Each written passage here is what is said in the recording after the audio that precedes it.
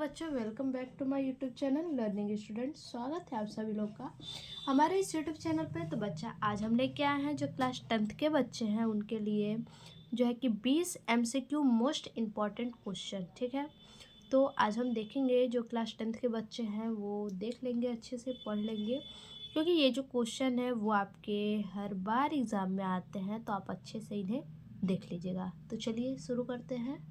देखिए, पहला क्वेश्चन है हमारा, मुंशी प्रेमचंद द्वारा रचित उपन्यास परीक्षा गुरु, गोदान, अलग अलग, वैतरणी इनमें से कोई नहीं। तो इनमें से कौन सा उपन्यास है जो मुंशी प्रेमचंद द्वारा रचित है?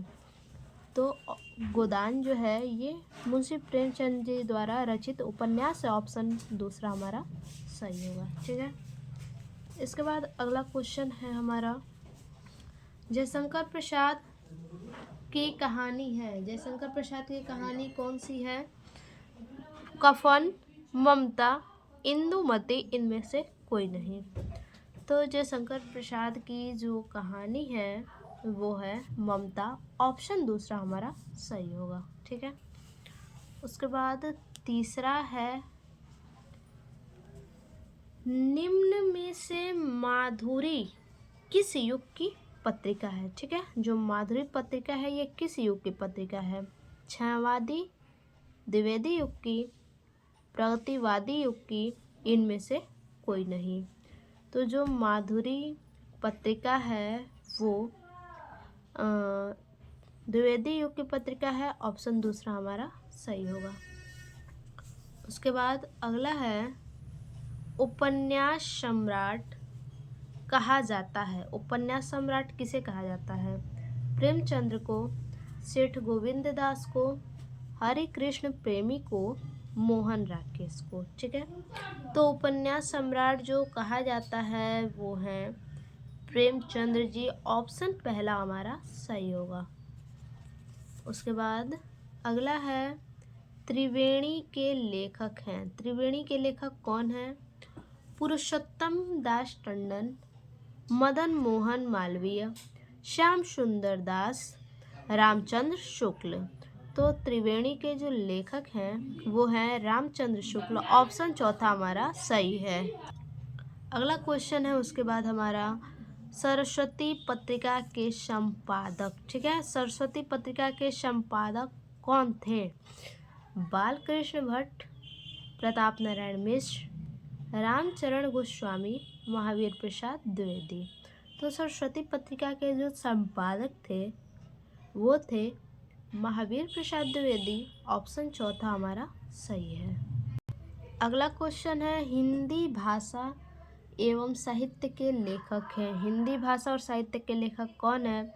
श्याम सुंदर दास, रामचंद्र शुक्ल, महावीर प्रसाद द्विवेदी, बालकृष्ण भट्ट। तो इनमें से जो हिंदी भाषा और साहित्य के लेखक हैं वो है श्याम सुंदर दास। ऑप्शन पहला हमारा सही होगा। अगला है, निम्नलिखित कथनों में एक कथन सही है, उसे पहचान कर लिखिए। चलिए देखते हैं।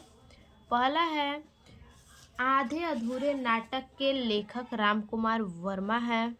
दूसरा है, क्या भूलूं क्या याद करूं आत्मकथा विधा की रचना है।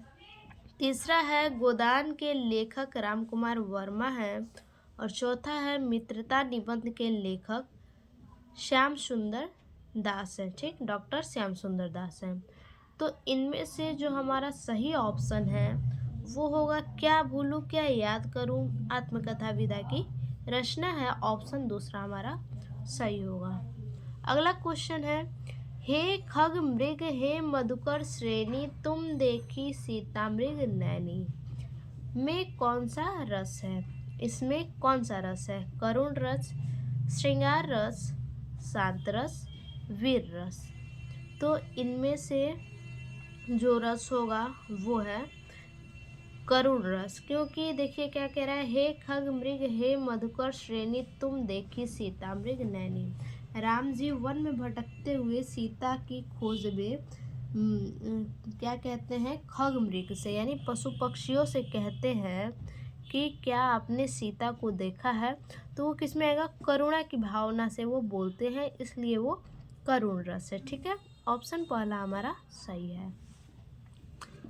अगला है पीपर पात सरिस मंडोला। पीपर पात सरिस मंडोला में कौन सा अलंकार की अभिव्यक्ति हुई है? किस अलंकार की अभिव्यक्ति हुई है? उत्प्रेक्षा, उपमा, रूपक, श्लेष। इन चारों में से कौन सा होगा? तो इसमें उपमा है, ऑप्शन दूसरा हमारा सही होगा। अगला है विद्यालय में कौन सी संधि है? दीर्घ, गुण, यण, अयादि। तो विद्यालय में जो है कि वो दीर्घ संधि है, ऑप्शन पहला हमारा सही होगा। ठीक है, अब इसके बाद है अगला इत्यादि में संधि विग्रह है। इत्यादि में कौन सा संधि, किस प्रकार का संधि विग्रह? इति प्लस आदि, इत प्लस आदि, इति प्लस आदि, इति प्लस यादि। तो इसमें जो संधि विग्रह है वो है इति प्लस आदि, ऑप्शन पहला हमारा सही होगा। इसको बनाएंगे तो हमारा इत्यादि शब्द बनेगा। ठीक है, अगला देखिए, अगला है मत्या किस विभक्ति व वचन का रूप है? ठीक है, मत्या जो है वो किस विभक्ति और वचन का रूप है? पंचमी विभक्ति एक वचन, सप्तमी विभक्ति बहुवचन, षष्ठी विभक्ति एक वचन, तृतीय विभक्ति एक वचन। तो मत्या जो है इनमें से वो है तृतीय विभक्ति एक वचन, ऑप्शन चौथा हमारा सही होगा। अगला है पठ किस लकार का रूप है? पठ जो है वो किस लकार का रूप है? लोट लकार, लट लकार, लंग लकार, लेट लकार। ठीक है, तो पठ किस लकार का रूप है? लट लकार का, ऑप्शन दूसरा हमारा सही होगा। पठ जो है वो लट लकार का रूप है। ठीक है, उसके बाद अगला है गमिष्यन्ति किस लकार पुरुष व वचन का रूप है? ठीक, किसका, किस लकार, कौन सा लकार है, कौन सा पुरुष है और कौन सा वचन है? पहला है लट लकार प्रथम पुरुष बहुवचन, लोट लकार प्रथम पुरुष एक वचन, लोट लकार उत्तम पुरुष एक वचन, या इनमें से कोई नहीं। ठीक है, तो ये होगा आपका इनमें से कोई नहीं, ऑप्शन चौथा हमारा सही होगा। देखिए अगला है बंदव गुरुपद पदुम परागा सुरुचि सुवास सरिस अनुरागा के दोनों चरणों में मिलकर कितनी मात्राएं हैं? ठीक है, तो सबसे पहले ये जानिए कि ये जो है ये दोहा छंद से है। ठीक है, ये दोहा छंद का है और दोहा छंद में जो है कि पहले और तीसरे में 13-13 मात्राएं होती है, दूसरे और चौथे में 11-11 मात्राएं होती है। ठीक है, तो 13 इसमें हो गया और 11 इसमें हो गया, तो टोटल 24 हो गए।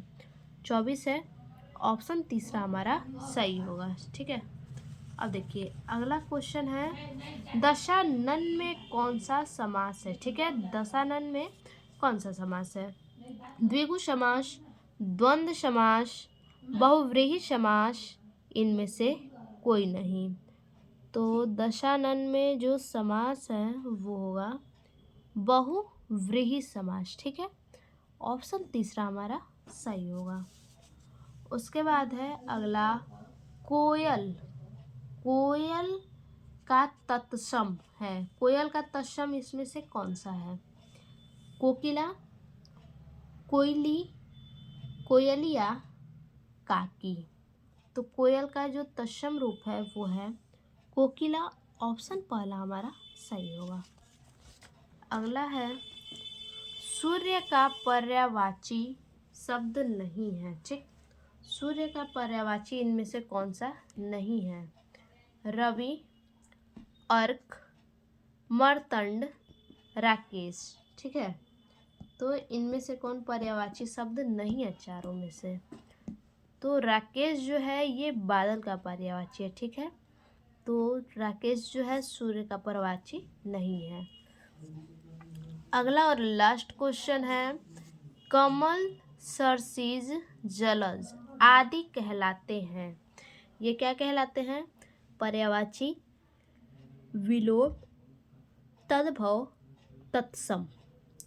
तो ये जो है कमल, सरसीज, जलज, ये पर्यायवाची कहलाते हैं। ऑप्शन पहला हमारा सही होगा।